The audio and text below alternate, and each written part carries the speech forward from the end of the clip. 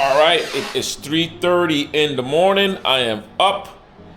Yeah, I think I'm gonna take a shower. Ever since I learned how to shower, I'm gonna utilize that right to take a shower, and then I hit the road.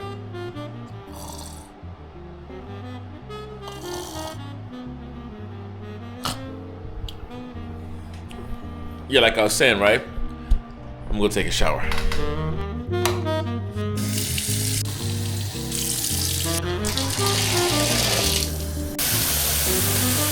All right, so I'm all showered up, feeling fresh and so clean. Got my little cream soda. It's gonna be my little sugar burst for the morning. It's a little bit past 4 o'clock right now.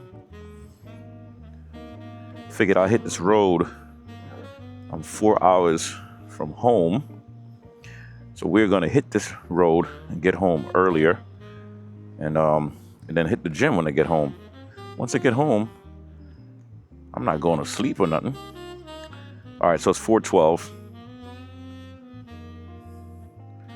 Let's see the distance to where I'm at. Let's see. Let's go to my navigation. One of the most important things for you to keep in your pack is a sweater. Yes, a sweater. Yesterday was super hot, but guess what? This morning is not. Right now it's about 75 degrees. If you're walking, it feels good, but when you're riding that motorcycle, it doesn't feel good. It's hot. I mean, it's cold, not hot. So being comfortable. So I have on my jacket, my thermal sweater. I have on my shirt. So my body temperature is regulated. So when I'm riding comfortable. Now, as it gets cold, later in the day, you know what I do? I'll change out. I'll change and take off a layer.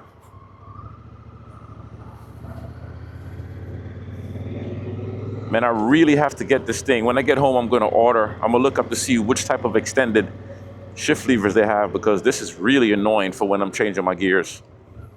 Very annoying. Because my foot hits that metal, which stops me from changing my gears properly at times. You have to get the right measurement and everything, so no good. All right, so we are out, guys. We're on it. We have 4 hours and 9 minutes to go to get home. And I got some good sleep. Bought me some food last night. And the food was so salt, man. That's the second meal that I had where the salt, the sodium was crazy. So I had enough sodium for the rest of the week, honestly. So no excess sodium for me this week. So the night light, so we get to see what this bike looks like at night. And a lot of times, I don't even have the high beams on, and I'm able to see pretty clear here, pretty good. Let me go back a little bit though. It's cold. It is cold, all right? If I did not put on my sweater, I would have been really, really uncomfortable on this ride, because the wind chill factor, it is nuts in the 70s. It feels like, I want to say 54. That's what it feels like. And if you don't have on the proper layers, forget about it. And that's one of the things too when you're traveling to be mindful of, is to have the right gear. My boots are the high boots.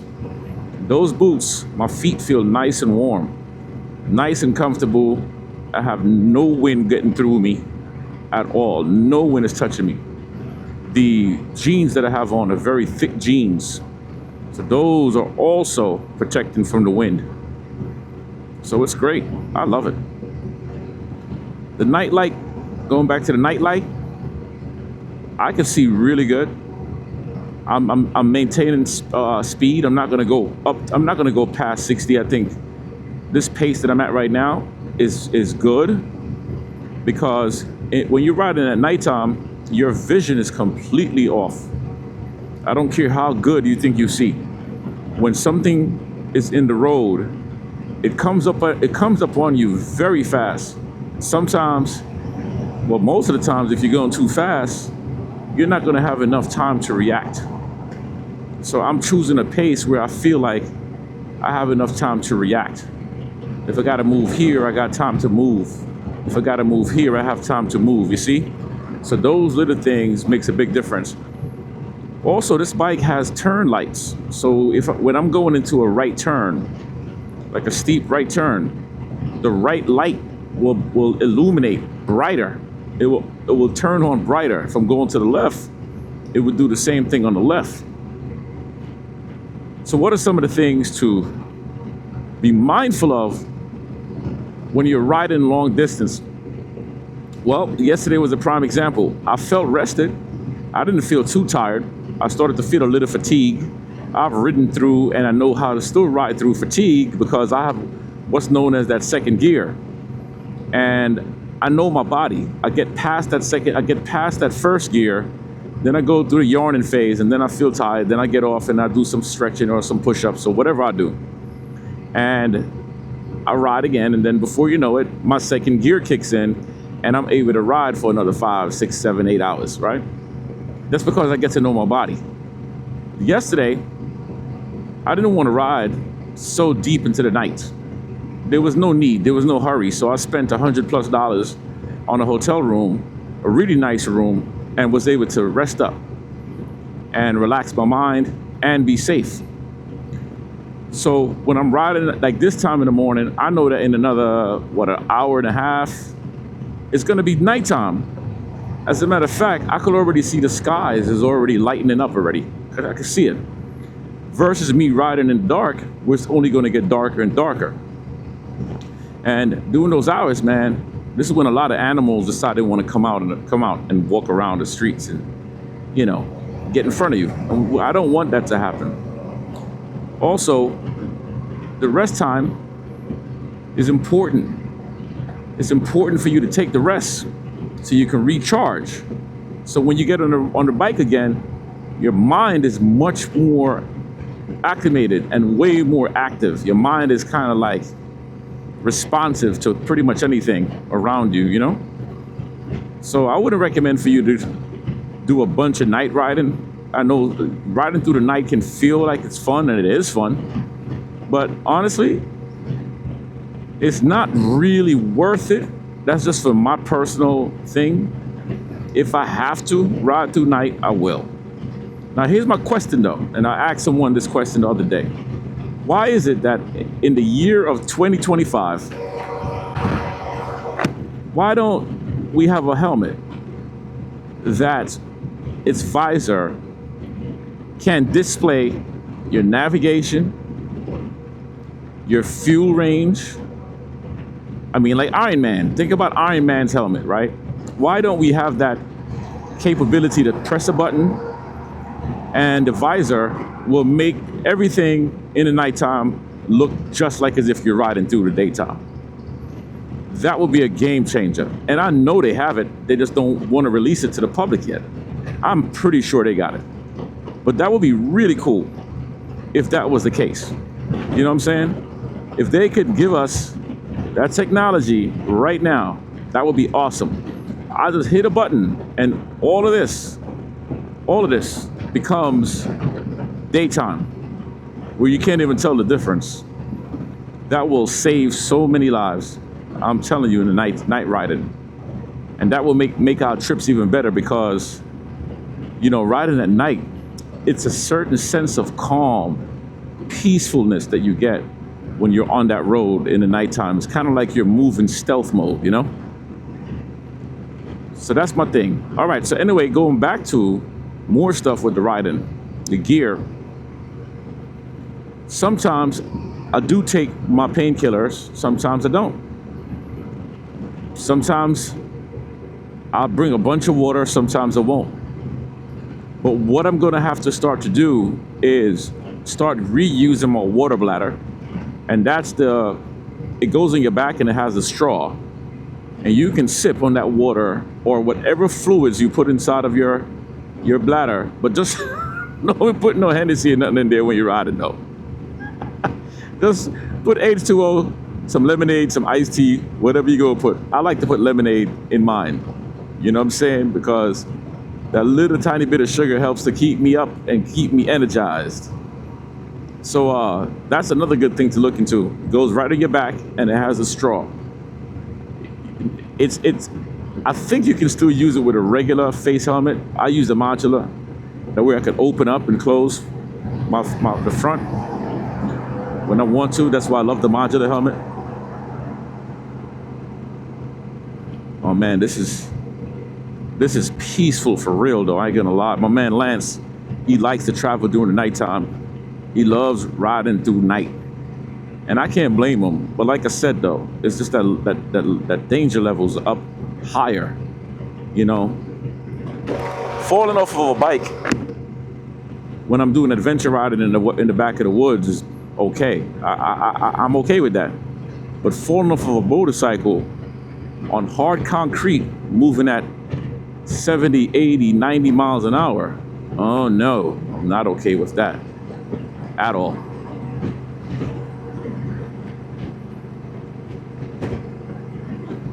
Here we go.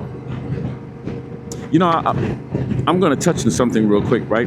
Because, you know, you guys, as you guys already know, when I'm riding, I'm talking. And that's how we do. We ride and we talk.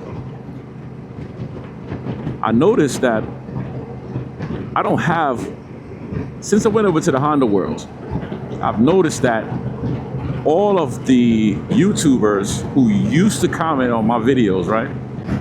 They no longer comment on my videos. That is 99.9% of them that I see. The ones that used to comment, that ride Harley Davidsons, that we used to be somewhat cool, no longer comments on my videos, whether it may be Instagram, Facebook, or YouTube. And it makes me realize how petty people are in this world. It's not bothering my life. It doesn't stop my life from growing. But what I'm saying is just bringing some awareness to that, right? Whereas something as simple as a motorcycle can divide people. And I'm wondering, why do humans allow materialism to divide them, political stuff to divide them, religion to divide them, sexuality to divide them, economic status to divide them, the kind of car you're driving, the hairstyle you choose? Why do we people allow things to divide us? And we're all guilty to some extent. But you know, people like that I'm talking about, they show me a whole lot of what I need to know. They show me a lot of what I already knew, because it's a level of phoniness that comes from these people. And there's a lot of people that you guys watch. Me, I'm done with all of them because they're done with me. So I don't really cry about it. I'm touching the topic because I'm bringing awareness to everybody that's on this YouTube thing. To be able to not be proud of someone for what they're doing in their life and the positive changes that they're bringing to the world, it baffles me, because I'm the type of guy that want to see people win. I want to see you win. I don't care what you're riding. Some of these guys got massive deals with Harley Davidson. Massive deals. They're getting free motorcycles. They are being sponsored. They're doing all this stuff. They're doing all this stuff and blah, blah, blah, blah, blah. And I'm proud of it. I'm very proud to see that, because that means that your hard work is paying off. I'm doing amazing stuff with Honda. Honda has taken care of me within only a matter of months, where I was riding my Harley for a long time, and Harley never did a damn thing for me. They never even gave me a freaking t-shirt, much less. Not even a damn pen. You know what I'm saying? So my thing is, we should all be grateful for each other, motivate each other, push one another, instead of trying to pull the next man. Unless you're trying to pull me away from incoming traffic, then no, allow me to flow, allow me to go. If you guys are going through anything similar to that in your life, man, where you know you're extending your life and moving and expanding and increasing, and then you notice that your family members or your friends has changed up, they switched up, and they no longer want to be bothered with you. Now, my thing is like this, right? When people do that, they're showing their true colors, and they're telling you basically, hold on, let me just pass this because I'm in the left lane and people are picking up speed. I don't want to be the guy holding up traffic. Let me get back over to the far right lane. Yeah, now we're talking. All right, let me bring my speed up. Right, so people like that, they begin to show their true colors, you know? They show who they truly are. You've given them all that you could give them, all the love, all of the gratitude, all of the praises, all the time, everything. But when the second comes that you need something, guess what? Where they at? Where they at? Where they at? Where they at? They can't be found, right? So let me know how you feel about stuff like that in your life, because a lot of times I find that people get really stressed by it. I get bothered by it. I don't get stressed by it, but it bothers me. For me to say, don't bother me 100%, can't say that. However, I don't let it bother me for long, but I am very aware of the level of bother that I feel. You know what I'm saying? And then you have the ones who, they know they don't like you, but they'll still reach out to you once in a while just to kind of keep the water warm. To keep the water warm. Listen, I've been around this world long enough to know people's characters and their vibes and know who's fake and who's not, and who's real friends and who's not. And I entertain it. I entertain it because they're only gonna do but so much, right? They'll call you maybe once every 3 months or so. Hey man, just want to say what's up, and they don't have nothing to really say. Well, what's up? What's going on, man? How you doing, bro? You know what I'm saying? Because, yo, it's just a lot of fake people, man. And I'm basically tired of fake people. So this is the reason why I ride so many times. You see me riding most of the times on my own, because when you ride in groups, man, it's kind of like when you hang around a lot of people, you know, people don't have really great intentions, and this is why I move solo a lot of times. So the question might come, okay, why are you in a club? Why are you in a club if you want to move solo? Well, I'm in a club and I'm still moving solo, to be honest with you. Because a lot of people think, you know, a club, like every club is the same. No, every club is not the same. Every club, you are not in the same category as every club. Some clubs want to restrict your whole life. Some clubs only want to restrict part of your life. Some clubs will restrict maybe only 5% of your life. Iron Bread does not restrict my whole life. But there are a lot of guys in the club who's extremely busy. They're doing all these things and working and doing what they got to do to make a living, and that's it, right? And they don't ride their bikes. They really don't ride their bikes. They go to a whole lot of stuff on the set. Is there anything wrong with that? No, nothing wrong with that to them. Is there anything wrong with that to me? Yes, because I ride my bike. I like to ride. So I enjoy getting on my bike and riding. I don't have to wait for nobody. I don't need to wait for a brother to say, hey man, let me check my schedule. No, I get on my freaking bike and I ride. I'm gone. There is no waiting for no one.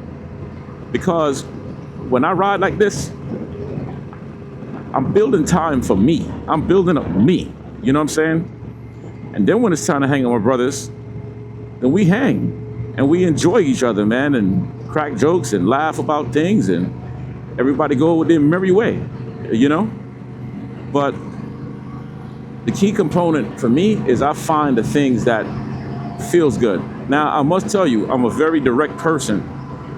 So sometimes I can be a lot to take in. I'm a direct person. I don't beat around the bush. I don't look for praises from people.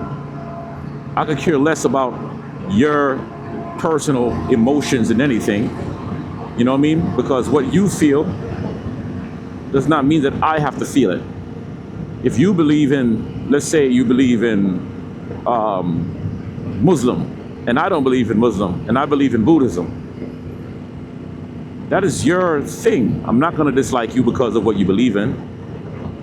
I'm not going to dislike you for who you voted for. If you voted for Trump, if you voted for Kamala, if you voted for freaking JFK, I'm not gonna, listen, why would I hate you in a world that we're aiming to be free? Freedom of choice, freedom of religion, freedom of sex, freedom of anything. Why the hell would I dislike you because of that? Think about that for a second, right? So I'm just different, but people just get really offended. People get mad. People get upset over your personal decisions. And it's crazy how that happens. Now, YouTube itself is a really great place to share. It's a great place to teach. It's a great place to learn. It's a great place to entertain. And you know, Ride Fit Nation is everything. Ride Fit Nation is a place you come to, man, and you don't know what you're gonna get, because it's like a big pot of freaking soup. You don't know what's gonna come in that spoon, you know? And for me, I enjoy it. I love it. I love the journey that is putting me in my life. I freaking enjoy every second of it. Now, I had no idea that they would come where I'm working with a company, for example, where it's super fun. When Southern Honda Power Sports calls me and they say, hey man, can you make a delivery in a motorcycle? Or are you able to go with us for the weekend to attend these races? Or are you able to come and help us to build out some motorcycles because we're short on staff? Or can we throw this event and help to promote it? I love it because you know what? They're including me. They see my value. They see my worth the same way I see theirs. It's stuff like that I look at. I'm like, huh, where's everybody? Where is the support from my peoples, right? None. And then you have the ones, and listen to this, then you have the ones, right? Speaking of support, you have the ones who pretend. They pretend like they're supporting you. But if you sit back and look, they're really not supporting you. They're being nosy as heck. They're being super, super nosy. And those guys are the ones to really watch out for because they're sneaky. They're really sneaky. You know what I'm saying? I'm touching on this topic. The reason why, man, I've been going through this my whole life, and so have you. You know, and you just have to figure out ways to deal with it. I figured out my ways to deal with it years ago, and that's just to ignore every last one of them. However, but to still be aware of it. You can't close your eyes to people. You have to open your eyes because majority of murders happen, homicides happen by somebody that you know. It's the person that you allow in your home when you go to their house, and most of that time you're killed because they spend their whole life hating and building hatred for you. So this is where we all have to be careful. We have to be mindful. You go to somebody's house, as simple as, hey man, you want something to drink? You're gonna naturally say yes. And now they done spiked your freaking drink. You knocked out. Now they could do whatever they want to do to you, and you can't do nothing about it, no matter how big, strong, rich you are. You can't do nothing about it. You know what I mean? So you gotta walk light in the world today. You have to learn how to do for you and learn how to be for you. You're gonna be all right. You know, I'm sharing that because, like I said, a lot of people is going through the same thing that I just talked about. I'm just using these as examples. You know what I mean? And that's pretty much it, man. So I'm riding back from Ohio. I'm in Tennessee right now. I have 3 hours and 51 minutes left to get home. The time is now 4:43. I'm cruising at 65 now.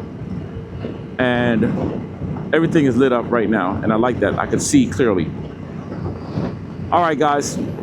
Keep on getting these miles. Get that money. Get the muscle, baby. And don't forget, man, keep your head up. You're going through stuff. Just keep on finding ways to solve those problems. I'm out.